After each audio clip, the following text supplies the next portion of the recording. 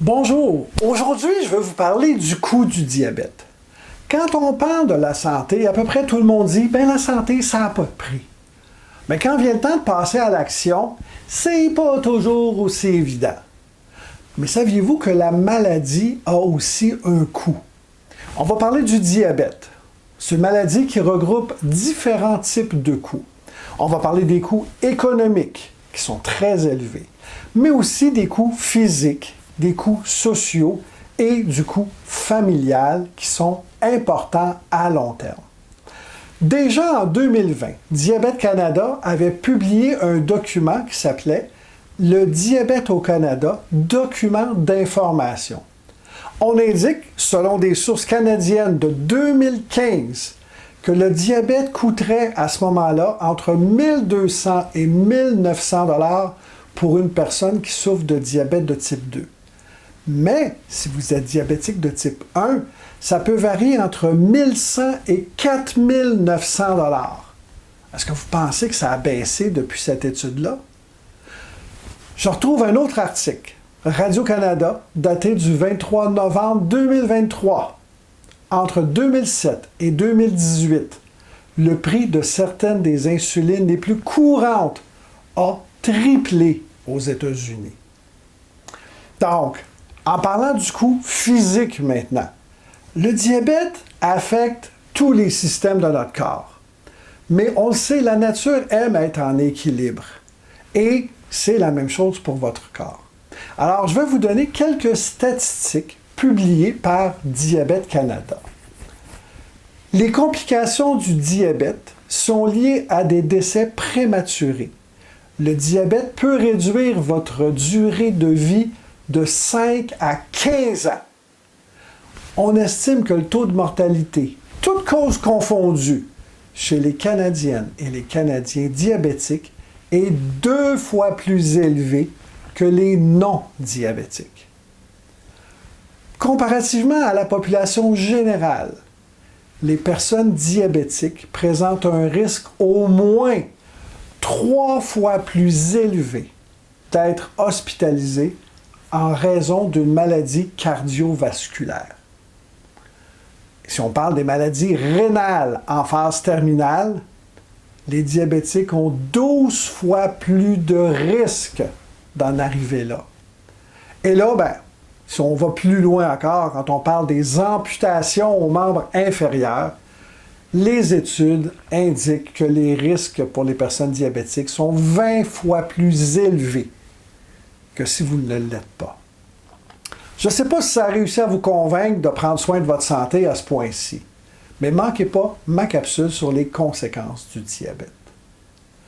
On va parler du coût social maintenant. Le diabète peut avoir un impact très significatif sur la qualité de vie des gens qui sont atteints, comme leur capacité à travailler, à s'engager socialement, à participer pleinement à la société. Et ça, ça peut entraîner des coûts économiques ou des coûts socio-économiques qui sont importants, tels que la réduction des revenus, le stress financier, des problèmes de logement, d'accès à des soins et peut-être même à conduire à des inégalités sociales. Selon l'étude publiée par l'Association canadienne du diabète en 2010, les coûts directs du diabète au Canada étaient estimés à environ 12,2 milliards de dollars par année, tandis que les coûts indirects à environ 5,6 milliards de dollars par année. On s'entend que ces chiffres ont probablement augmenté depuis cette date-là parce qu'il y a de plus en plus de gens qui ont des complications liées au diabète. Puis, c'est important aussi de dire que tous ces chiffres-là vont peut-être pas aller capturer tous les aspects sociaux du diabète, y compris les coûts qui sont associés à la diminution de la qualité de vie et aux autres impacts sur la société dans notre ensemble. Je voudrais aller vers un point qui est plus important encore pour moi, le coût sur la famille. On a des coûts directs.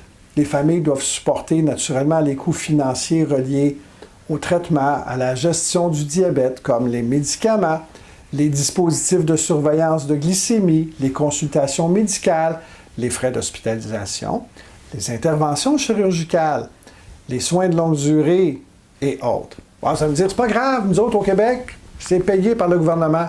Ouais, mais c'est nous qui payons les impôts pour tout ça.